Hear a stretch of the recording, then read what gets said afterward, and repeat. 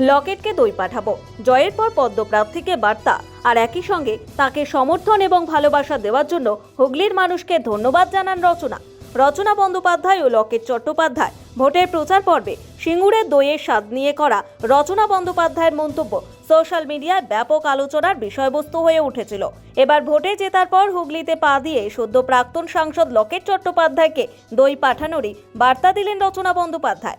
একই সঙ্গে তাকে সমর্থন ও ভালোবাসা দেওয়ার জন্য হুগলির মানুষকে আরও একবার ধন্যবাদ জানান রচনা। পাশাপাশি তাকে নিয়ে তৈরি মিমগুলি বাড়তি আলাদা পাবলিসিটি দিয়েছে বলেই মনে করেন তিনি। প্রচারের সময় সিঙ্গুরে এক দিনমজুরের বাড়িতে দুপুরের খাওয়া দাওয়া সারেন রচনা। বেড়াবেড়িতে মানিকবাগ নামে ও দিনমজুরের বাড়ির মাটির দাওয়ায় বসে খাওয়া দাওয়া সারেন তিনি। সেই মেনুতে ছিল ভাত, পটল ভাজা, শুক্তো, ভেজ ডাল, বেগুনি, আলু পোস্ত, চাটনির সঙ্গে ছিল টক দই। খাওয়া দাওয়া সেরে দই খেয়ে রচনা বলেন, এখানকার দই এত ভালো, আমি তো ভাবছি ব্যাগে করে দই নিয়ে যাব, যতবার আসবো ততবারই দই নিয়ে যাব। একই সঙ্গে তিনি আরো বলেন, সিঙ্গুরে এত ঘাস গাছপালায় ভর্তি, সেইগুলি গরু খাচ্ছে। গরু তো শাকপাতা খেয়েই বড় হয়, আর সেগুলি খেয়ে হৃষ্টপুষ্ট হচ্ছে, ফলে তার যে দুধটা বের হয় তা এত ভালো যে দইটাও এত ভালো। রচনার এই কথা নিয়ে ব্যাপক আলোচনা শুরু হয়ে যায় সোশ্যাল মিডিয়ায়। আর এদিন ফের সেই দইয়ের প্রসঙ্গই ফের একবার উঠে এলো রচনার কথায়। একই সঙ্গে বিভিন্ন মিম তাকে অনেক পাবলিসিটি দিয়েছে বলেও মনে করেন রচনা। একই সঙ্গে এদিন রচনা আরও বলেন, বিরোধীদের এখন এসি চালিয়ে ঘরে ঘুমোতে হবে, হারিয়ে গিয়েছে, আর কেউ নেই সামনে। রচনা আরও বলেন, আমি দিদিকে কথা দিয়েছিলাম হুগলি ফেরত দেব। জয়ের পরে দিদির সঙ্গে হোয়াটসঅ্যাপে কথা হয়েছে, আর অভিষেক বন্দ্যোপাধ্যায়ের সঙ্গে ফোনে কথা হয়েছে। হুগলিতে আগামী দিনে কিভাবে কাজ করবেন এদিন তারও একটি ইঙ্গিত দেন রচনা বন্দ্যোপাধ্যায়। এদিন রচনা বলেন, কাজের জন্য প্ল্যানিং করতে হবে, মানুষের কি প্রয়োজন সেই হিসেবে কাজ এগিয়ে নিয়ে যেতে হবে। দিদির সঙ্গে আলোচনা করতে হবে, অভিষেকের সঙ্গে আলোচনা করতে হবে, যেটা মানুষের আগে প্রয়োজন, যে জায়গায় যেমন কাজের প্রয়োজন তা নিয়ে ভাবতে হবে, সেই হিসেবে কাজ এগোতে হবে। এদিন চুঁচুড়ার ওলাইচণ্ডীতলা মন্দিরে গিয়ে প্রণাম করেন রচনা বন্দ্যোপাধ্যায়। তবে সম্প্রতি তার শাশুড়ি গত হওয়ায় মন্দিরে পুজো দেননি রচনা। যদিও শাশুড়ির অন্ত্যেষ্টিক্রিয়া মিটে গেলে মন্দিরে পুজো দেবেন বলেও জানান নবনির্বাচিত সাংসদ। হুগলি পেল দিদি নাম্বার 1 থেকে হুগলি নাম্বার 1, কি বলবেন? একদম মায়ের কাছে। আজকে জয়ের পরে আজকে মন্দিরে আসলাম, যদিও আমার পুজো আছে বাড়িতে, ওষুধ চলছে, আমার শাশুড়ি মা মারা গেছেন সবাই জানেন, তাই জন্য মন্দিরের ভেতরে ঢুকতে পারলাম না, পুজো দিতে পারলাম না। সেটা 12 তারিখে আমাদের কাজ হয়ে যাওয়ার পরে আমি ঠাকুর মন্দিরে এসে ভালো করে পুজো দেবো। কিন্তু মাকে নমস্কার করে গেলাম, ঠাকুরের আশীর্বাদ ছাড়া জীবনে চলা যায় না, আমি সবসময় এটার বিশ্বাসী। তো ঠাকুরকে নমস্কার করে দিন শুরু হচ্ছে। আবার কবে আসবেন? আশাই থাকবে, এখন তো হুগলি বাড়ি, সবসময় আসবো।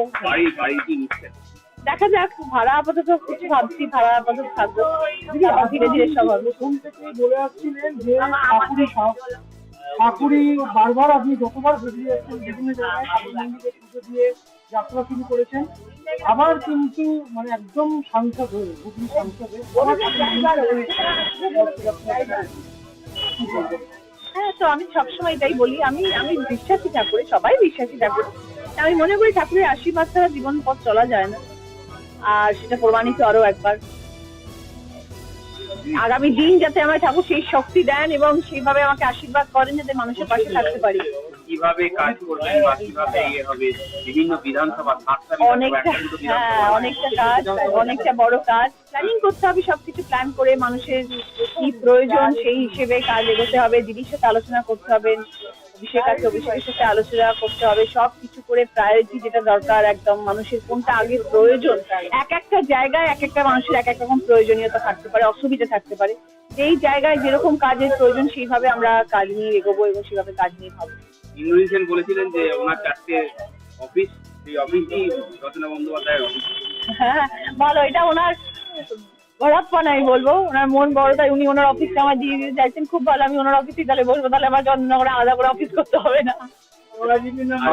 প্রথম দিন একটা তো চাপানো তো থাকবে মনের মধ্যে, সংসদে যাবো একদম নিশ্চয়ই। আমার এখনই মানে ভয়, আমি শিখিয়ে আছি, কি হবে আমি নিজেই জানি না।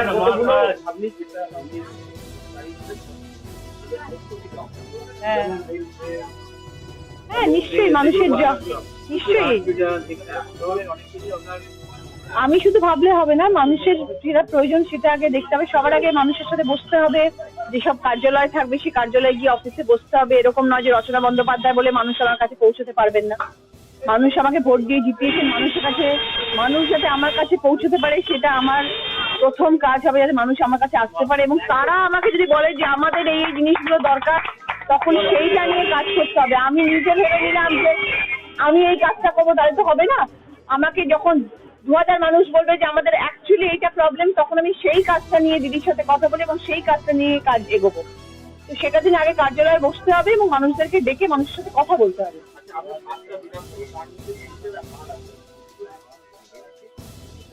বিশেষ করে আমি বলে দিচ্ছি, পান্ডুয়াতে বলাবাড়ি একটা হার আছে, সপ্তগ্রাম হার আছে, চুচুড়া আপনি যে সদরে দাঁড়িয়ে আছেন, যে একটা বড় জায়গা, বড় বড় নেতৃত্ব থাকে, বিধায়ক থাকে, তারা দাবি করেছিলেন আমরা জিতে যাবো, কিন্তু সেই জায়গায় লস হয়ে গেছে। হ্যাঁ দেখুন, সব জায়গায় যে সবসময় মানুষ জিততে পারে এরকম কোনো কথা নেই। সব জায়গায় ফলও একরকম নাও হতে পারে, কিন্তু যেই জায়গায় ফলগুলো হয়নি সেই জায়গায় রচনা বন্দ্যোপাধ্যায় বেশি ভালো করে কাজ করবে। তাহলে ওদের বোঝাতে হবে যে তৃণমূল কংগ্রেস পার্টি কি জিনিস।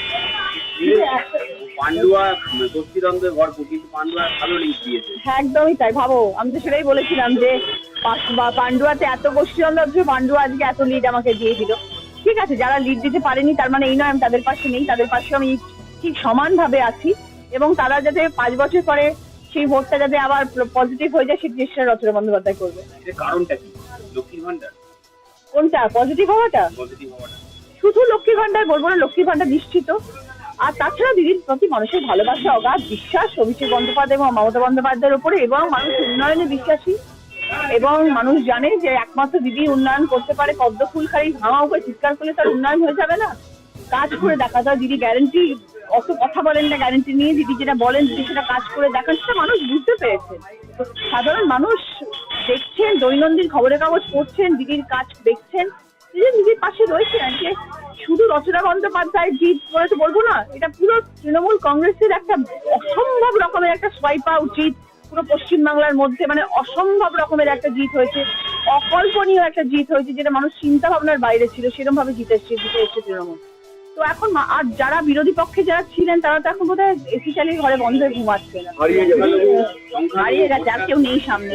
সংখ্যালঘু ভোটটা পুরোপুরি তৃণমূলে ঠেকে গেছে। এটা কি কারণ?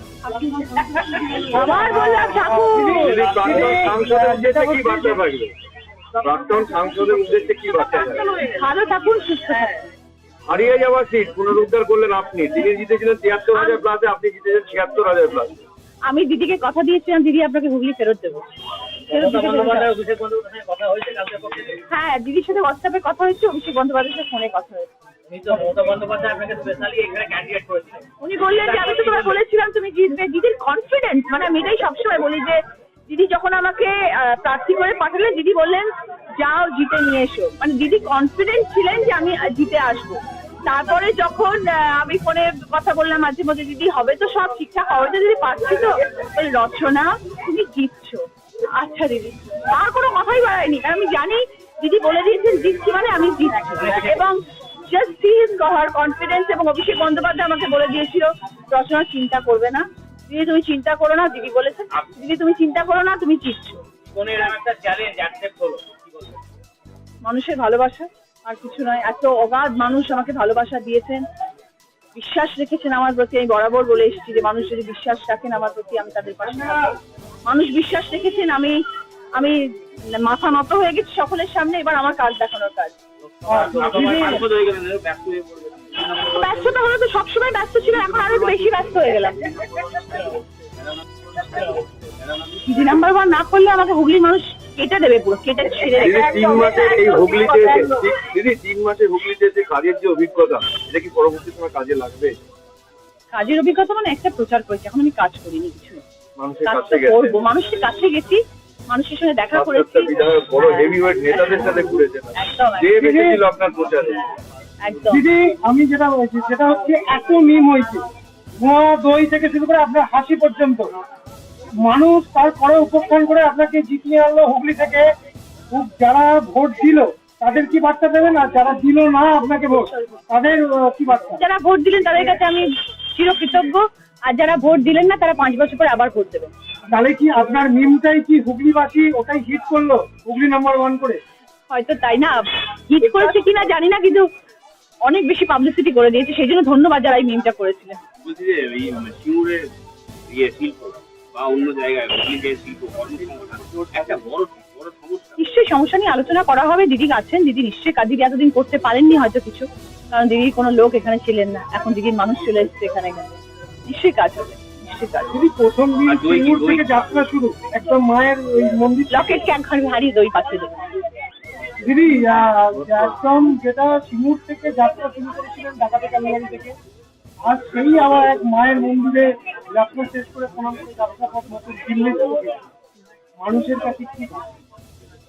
দেখুন, আমি বারবারই একই কথা বলবো যে আমার অনেক বেশি কাজের দায়িত্ব বেড়ে গেছে, কারণ মানুষের ভালোবাসা যেখানে থাকে না, সেখানে দায় অনেক বেশি বেড়ে যায় এবং কর্তব্য অনেক বেশি বেড়ে যায়। সেই কর্তব্যটা অনেকটা বেশি বেড়ে গেছে এবং মানুষের অনেক স্বপ্ন আছে আমাকে নিয়ে, সেই স্বপ্নগুলো আমার সব আছে। হ্যাঁ, হ্যাঁ, অফকোর্স হুগলি ঠিকানা হলে রাস্তা রাস্তা ঘুরবো নাকি? ঝুমঝুম ব্যানার্জি থেকে রচনা ব্যানার্জি, তারপর দিদি নাম্বার 1, আর সাংসদ। এবার বায়োগ্রাফি করাতে হবে। জার্নিটার মধ্যে মমতা ব্যানার্জি যতগুলো সেলিব্রিটি পুরোটাই জিতে গেছে। জুম্মালিয়া, দেব, একদম পুরো মানে এটা কি শতাব্দী রায় একদম ছেলের প্রার্থী, সেলেব প্রার্থী, দিদির সব সেলেব প্রার্থী, এবং এই সেলেব প্রার্থীরাই দেখিয়ে দেবে যে পশ্চিমবাংলায় উন্নয়ন কিভাবে হয়।